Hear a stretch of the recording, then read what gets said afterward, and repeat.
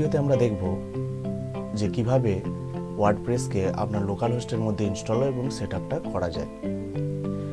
তো আপনার লোকাল হোস্টের মধ্যে ওয়ার্ডপ্রেসকে ইনস্টল করার জন্য আপনাকে ফার্স্ট ওয়ার্ডপ্রেস ডাউনলোড করে নিতে হবে।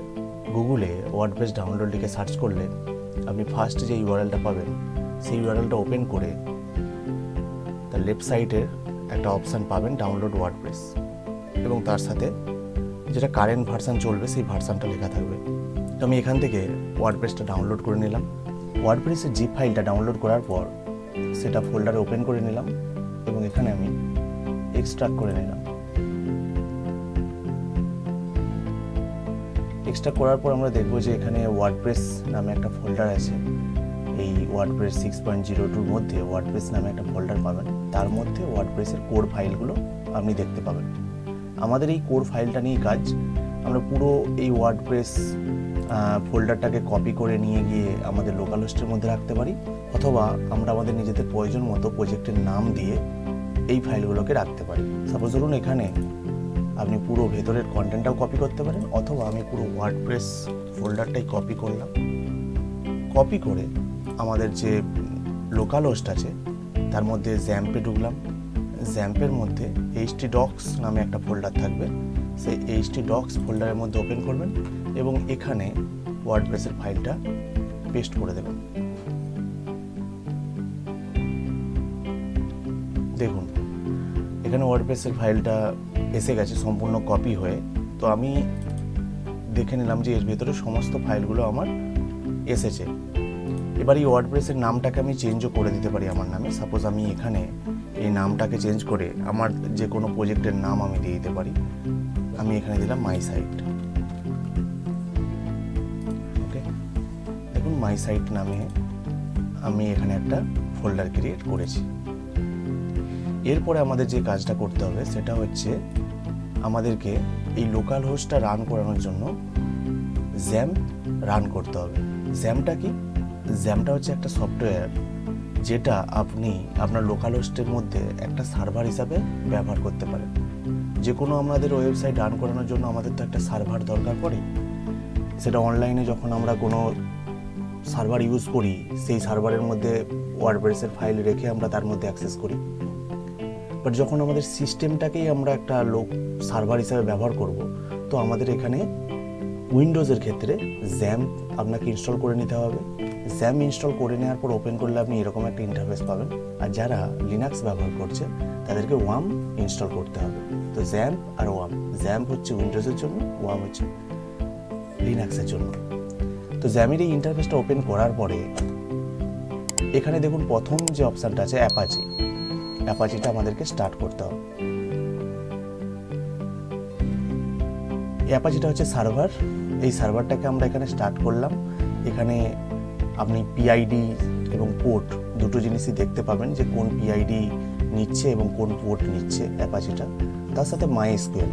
আমাদের সার্ভারটা তো রান হয়েছে, কিন্তু আমাদের একটা ডেটাবেসও দরকার একটা পুরো প্রজেক্টকে রান করার জন্য। কারণ আপনি পরবর্তীকালে যাই কিছু করবেন তখন কিন্তু সমস্ত ডেটা ওই ডেটাবেসেই সেভ থাকবে।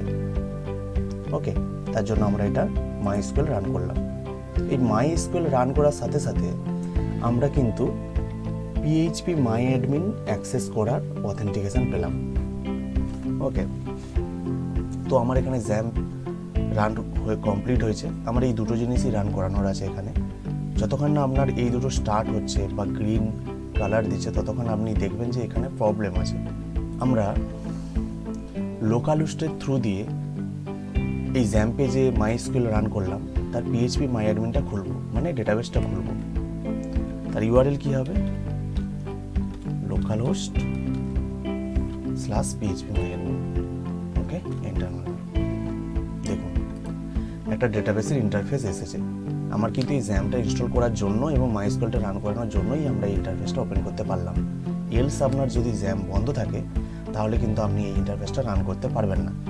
ওকে, এবারে আমাদের এখানে ফার্স্ট কাজ হচ্ছে একটা ডেটাবেস ক্রিয়েট করা। ডেটাবেস ক্রিয়েট করার জন্য কি করতে হবে? এই যে ডেটাবেস অপশানটা আছে এটাতে ক্লিক করতে হবে। এখানে একটা আপনার যে কোনো নাম আপনি দিতে পারেন। আমাদের যেমন সাইটটা আমরা নাম দিয়েছি ফোল্ডারের মাই সাইট দিলাম, ক্রিয়েট করলাম। দেখুন ডেটাবেস মাই সাইট ক্রিয়েট হয়ে গেছে, বাট এর মধ্যে কোনো টেবিল নেই। এখানেও বাঁদিকে এসে গেছে মাই সাইট নাম, এর মধ্যে কোনো টেবিল নেই। এই টেবিলটা আসবে কখন? যখন আমরা ওয়ার্ডপ্রেসটা ইনস্টল করব। সেই ইনস্টল হওয়ার সাথে সাথে যখন আমাদের এই ডাটাবেস কানেকশানটা কমপ্লিট হয়ে যাবে, তখন আমাদের এই ডেটাবেসের মধ্যে টেবিলগুলো সব এসে যাবে। তাহলে আমরা এবার ওয়ার্ডপ্রেসটাকে ইনস্টল করতে পারি লোকাল হোস্টে। ইনস্টল করার জন্য কি করতে হবে? লোকাল হোস্ট লিখতে হবে, স্ল্যাশ দিয়ে আপনি যে প্রজেক্টের নাম দিয়েছেন, যেটা ফোল্ডার, সেই ফোল্ডারের নামটা দিতে হবে। ওকে, জাস্ট এইটুকু দিয়ে আপনাকে এন্টার করতে হবে।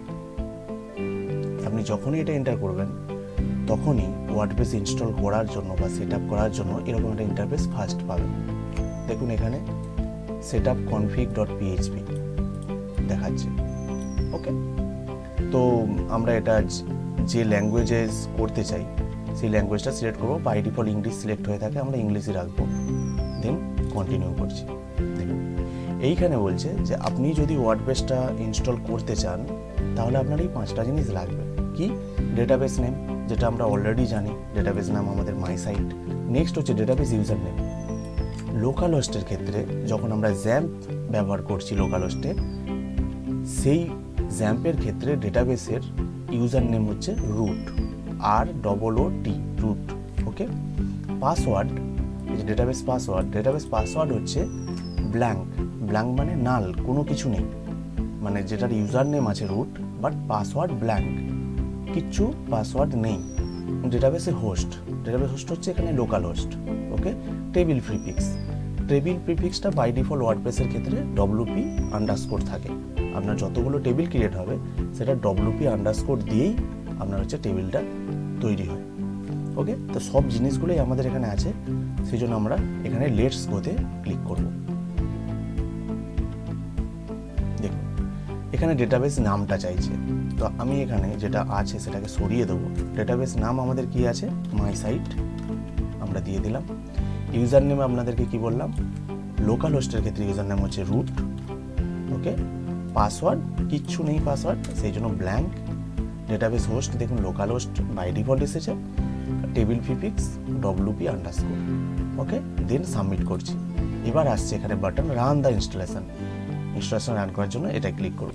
এরপরে এখানে এরকম একটা ইন্টারফেস আসবে যেখানে আপনাকে সাইট নেম দিতে হবে। আপনি এখানে অন্য সাইট নেমও দিতে পারেন, বা আপনার যে প্রজেক্টের নাম ক্রিয়েট করছেন সেটাও দিতে পারেন। ঠিক আছে, আমি এখানে সাপোজ দিলাম সাইট নেম হচ্ছে কিমপটার। এখানে একটা ইউজার নেম চুজ করতে হবে এবং পাসওয়ার্ড চুজ করতে হবে, যেটা আপনার ওয়ার্ডপ্রেসের অ্যাডমিন লগ ইনের ক্ষেত্রে কাজে লাগবে। সাপোজ ধরুন এখানে আমি নিলাম যে ওয়েব অ্যাডমিন নিলাম, আর পাসওয়ার্ড যেটা জেনারেট হয়েছে এই পাসওয়ার্ডটাকেই রাখলাম। তো আমাদের ফার্স্ট কাজ করতে হবে কি? নোটপ্যাডটা ওপেন করে নিতে হবে। নোটপ্যাডটা ওপেন করে নিয়ে আমাদের ইউজার নেমটা আমরা এখানে কপি করে নোটপ্যাডে রেখে দেবো, পাসওয়ার্ডটাও আমরা কপি করে এই নোটপ্যাডে রেখে দেবো। আপনি যদি এই জিনিসটা সেভ করে না রাখেন, তাহলে কিন্তু পরবর্তীকালে আপনি অ্যাডমিন লগ ইন করতে পারবেন না। সেক্ষেত্রে তখন আপনার পাসওয়ার্ডটা হারিয়ে গেলে আপনি আর পাবেন না। এরপর আমি এখানে একটা ইমেল আইডি দিতে হবে, তো আমি এখানে আমার নিজস্ব ইমেল আইডিটাই দিলাম। এরপর ইনস্টল বাটনে ক্লিক করলাম। দেখুন ইনস্টলেশন কমপ্লিট হয়েছে, সাকসেস দেখিয়েছে, কোনো ইস্যু হয়নি। আপনার ওয়ার্ডপ্রেসের ইউজার নেম হচ্ছে web admin, but password your chosen password, মানে আপনি যে পাসওয়ার্ডটা দিয়েছেন সেটা। তো লগ ইন করলাম। দেখুন এরকম একটা ইন্টারফেস আসবে। এখানে কিন্তু আপনার ইউজার নেম পাসওয়ার্ডটা আপনাকে দিতে হবে আপনার সাইটের জন্য, যেটা ইউজার নেম পাসওয়ার্ড আপনি সেভ করে রেখেছেন। লগ ইন করলাম। তো এখানে দেখুন আমি যে সাইটের নাম দিয়েছিলাম কিমপটার নাম দিয়েছিলাম না, সেই নামটা এখানে আসছে। আমি যদি ভিজিট সাইট করি, সেখানে দেখুন কিমপটার আসছে লেখাটা। তো আমি আমার সাইটটা যে নাম দিতে চাই সেই নামটা এখানে আসবে। আর দেখুন আমি যে ফোল্ডার নাম বানিয়েছিলাম যে নামে, সেই ফোল্ডারের নামটা দিয়েই কিন্তু আপনার লোকাল হোস্টের প্রজেক্টটা রান হবে। তো এটা আপনার ওয়ার্ডপ্রেস সাইটের ফ্রন্ট এন্ড, আর এটা ওয়ার্ডপ্রেস সাইটের ব্যাক এন্ড। ফার্স্ট ইনস্টল করার পর আমাদেরকে একদম মিনিমাম একটা বেসিক সেটিংস চেঞ্জ করে নিতে হয়, যেটা হচ্ছে ওয়ার্ডপ্রেসের পারমালিঙ্ক। পারমালিঙ্কটা কোথায় থাকে? আপনি সেটিংসে যাবেন, সেটিংস থেকে পারমালিঙ্কসে ক্লিক করবেন। ফার্স্ট যে অপশানটা সিলেক্ট থাকে বাই ডিফল্ট সেটা হচ্ছে ডে অ্যান্ড নেম। তো আমরা এটা রাখবো না, আমরা পোস্ট নেমটা সিলেক্ট করব এবং তারপরে সেভ চেঞ্জেসে ক্লিক করব। সেক্ষেত্রে আমার যে কোনো সাইটের ইউআরএল যখন ক্রিয়েট হবে সেটা এই আমার সাইটের ইউআরএল, তার সাথে ওই পোস্টের নেম। তো এখানে পোস্ট নেমটা কি, ওয়ার্ডপ্রেসের ক্ষেত্রে আপনি যখন কোনো পেজ ক্রিয়েট করবেন সেটাও একটা পোস্ট টাইপ, আর আপনি যখন কোনো পোস্ট ক্রিয়েট করবেন সেটাও একটা পোস্ট টাইপ। তো আপনি যখন আমরা কোনো মেনু বানাবো তখন তো আমরা হয় পেজ ক্রিয়েট করেই বানাবো, তো পেজ যখন ক্রিয়েট করব সেটা কিন্তু অ্যাজ এ স্ল্যাশ নামে এখানে আসবে এবং আমাদেরকে ইউআরএলটা দেখতে অনেক ভালো লাগবে। সেই জন্য আমরা এই পোস্ট নেম যে স্ট্রাকচারটা আছে এই স্ট্রাকচারটা ফলো করে সেভ করব। আদারওয়াইজ এখানে আপনার সাইটের পরে আপনার হচ্ছে ডেট, কোন ডেট, তারপরে পোস্টের নাম আসবে। তো এখানে আমাদের ওয়ার্ডপ্রেস সেটআপটা কমপ্লিট হয়েছে এবং বেসিক যে পারমালিঙ্ক চেঞ্জ করার সেটআপটা সেটাও আমাদের কমপ্লিট হয়েছে এবং আমাদের হচ্ছে প্রজেক্টের ফন্ট ভিউটা আসছে এরকম। এবার আমরা যদি লোকালহোস্টের ডেটাবেসে যাই, এই যে ডেটাবেসটা ছিল এই ডেটাবেসে আমরা তখন দেখেছিলাম টেবিল খালি আছে। তো আমরা জাস্ট এখন এই ডেটাবেসে আরেকবার ক্লিক করব। ওয়ার্ডপ্রেস ডিফল্ট ইনস্টল হওয়ার সাথে সাথে ওয়ার্ডপ্রেসে 12টা টেবিল ক্রিয়েট হয় বাই ডিফল্ট। তার পরবর্তীকালে আপনি যত প্লাগইন ইউজ করবেন, যত তার ফাংশনালিটি বাড়াবেন, সেই অনুযায়ী এখানে টেবিল আরও বাড়তে থাকবে। কিন্তু বাই ডিফল্ট ওয়ার্ডপ্রেস যখন ইনস্টল হয় তখন সে 12টা টেবিল নিয়ে ইনস্টল হয়। সো আমরা দেখলাম আজকে যে কিভাবে ওয়ার্ডপ্রেস লোকালহোস্টের মধ্যে ইনস্টল করা যায় এবং লোকালহোস্টের মধ্যে সেটাকে সেটআপ কমপ্লিট করা যায় এবং তার সাথে আমরা ডেটাবেস অ্যাক্সেসটাও দেখলাম। চ্যানেলে যদি প্রথমবার এসে দেখেন তাহলে অবশ্যই একটা লাইক করে সাবস্ক্রাইব করবেন আর বেল আইকনটা টিপে রাখবেন যাতে পরবর্তীকালে নেক্সট ভিডিও আসার সাথে সাথে আপনার কাছে ফার্স্ট নোটিফিকেশানটা পৌঁছে যায়। ভালো থাকবেন, সুস্থ থাকবেন।